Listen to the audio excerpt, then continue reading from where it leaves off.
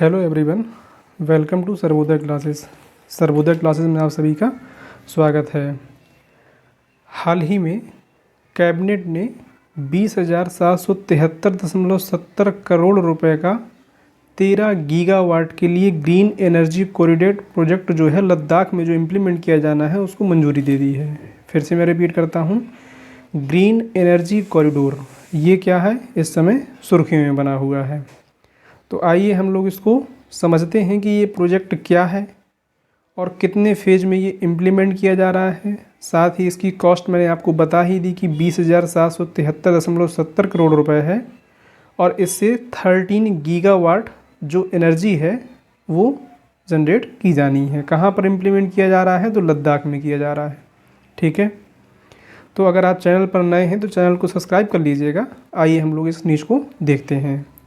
तो देखिए, the cabinet committee on economic affair CCEA chaired by prime minister Narendra Modi Wednesday approve green energy corridor phase second inter state transmission system for 13 gigawatt renewable energy project Ladakh. तो कैसा project है ये? पहली बात तो कितना इसकी लागत है, कितने गीगावाट का है, तो 13 गीगावाट का है। कहाँ पर बन रहा है, तो लद्दाख में बन रहा है। ठीक है, और कैसा है, तो ये एक रिन्यूएबल एनर्जी प्रोडक्ट है। ठीक है, तो आइए हम लोग देखते हैं कि ये न्यूज़ में क्यों बना हुआ है। ठीक है, the cabinet committee on economic affair, जैसा कि मैंने बताया अभी आपको कि इसने क्या है, इस प्रोजेक्ट को मंजूरी दी हुई है, इसलिए क्या है ये न्यूज़ पर आया हुआ है। इसका जो सेकेंड फेज है वो इस समय मंजूरी इसको दी गई है। Inter state transmission system for 13 gigawatt renewable energy project in Ladakh. Right, अब देखिए, सबसे पहली बात तो ये निकल के आती है कि ग्रीन एनर्जी कॉरिडोर ये होता क्या है।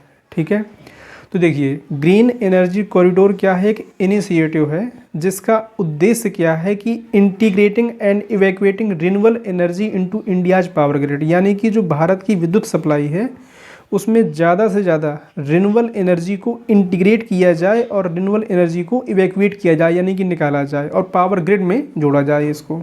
ठीक है, क्यों ऐसा किया जाए? ताकि प्रमोटिंग सस्टेनेबल ग्रोथ, जिस तरह से ग्लोबल वार्मिंग बढ़ रही है तो हम लोग किसकी तरफ बढ़ रहे हैं, सस्टेनेबल डेवलपमेंट की तरफ, सतत विकास की तरफ। ठीक है, कि हम उन चीज़ों का दोहन इस प्रकार से करें कि जो आने वाली पीढ़ियां हैं वो भी उनका इस्तेमाल कर सकें।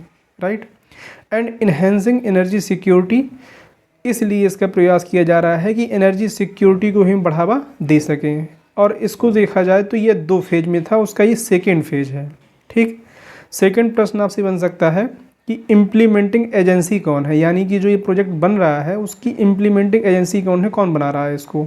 तो power grid corporation of India limited, यानी कि पावर ग्रिड जो है इसकी क्या है, इम्प्लीमेंटिंग एजेंसी है। Right, green economic corridor first implementation की बात करें तो ये ऑलरेडी क्या है, अंडर वे है, यानी कि ऑलरेडी काम कर रहा है। कहाँ पर? Gujarat, Andhra Pradesh, Karnataka, Himachal Pradesh, Maharashtra, Madhya Pradesh, Tamil Nadu, Rajasthan. Aiming to integrate and evacuate 24 gigawatt of renewable energy. इसका उद्देश्य क्या है? जो पार्ट 1 था, जो स्टेट के मैंने नाम बताया भी आपको ऊपर, उनमें 24 गीगावाट की रिन्यूएबल एनर्जी को इवैक्यूएट करने का ऑलरेडी प्रयास किया जा रहा है या वर्किंग कंडीशन में है। ये इसका सेकेंड फेज था जिसको कैबिनेट ने भी मंजूरी दी हुई है। आई होप कि इट वुड बी क्लियर।